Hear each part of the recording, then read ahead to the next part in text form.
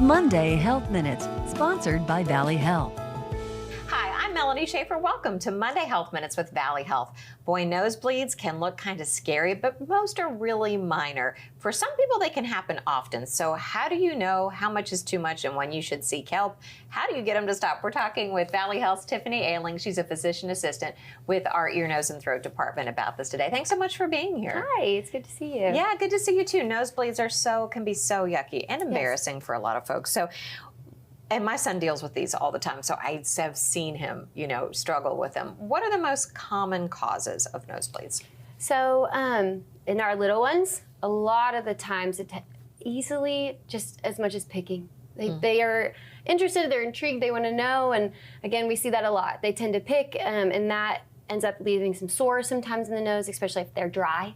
A lot of dryness, and that can just kind of create this area inside the nose that just is very easily bleeds. The nose is very hypervascular, just as a general statement. And so just sometimes even the smallest hit to it can make it bleed. There are, seasons that we typically do tend to see. Sometimes the change of the seasons causes those bleeds to go. I feel like I see a lot happen more in the winter time. That typically is because we're turning the heat on. We've got dry air.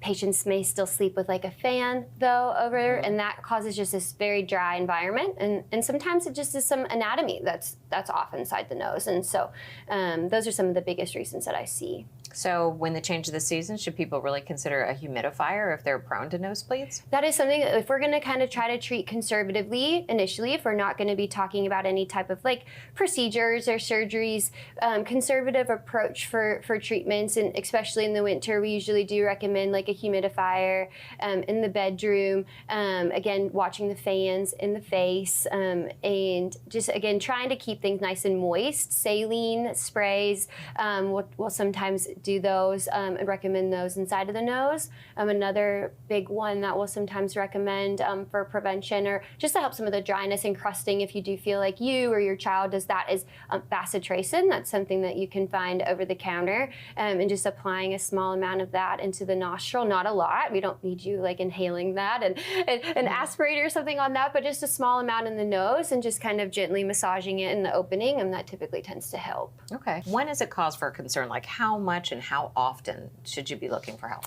If we can't, people ask, well, how do I stop an inactive bleed? A lot of the times what we'll say is, find your nasal bones, that's the hard part on the nose here, and go underneath of that, and you squeeze pretty hard for about 5 to 10 minutes or so.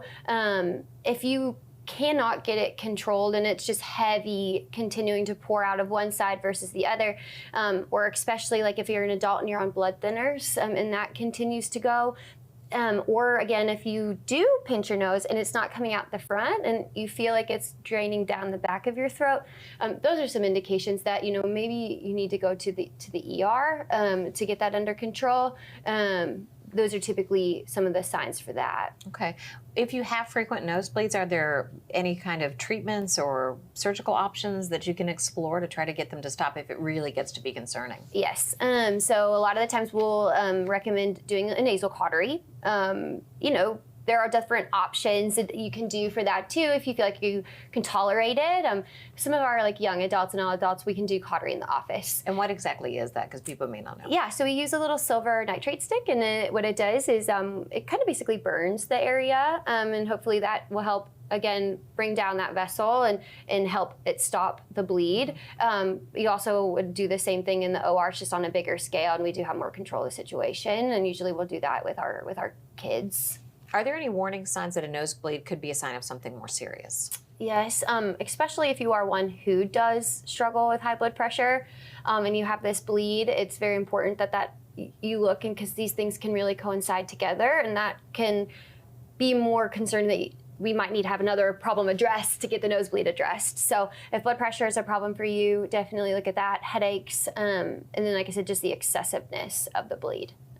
Those are big things for ER. And what would be your advice for somebody who's really suffering with nosebleeds quite frequently?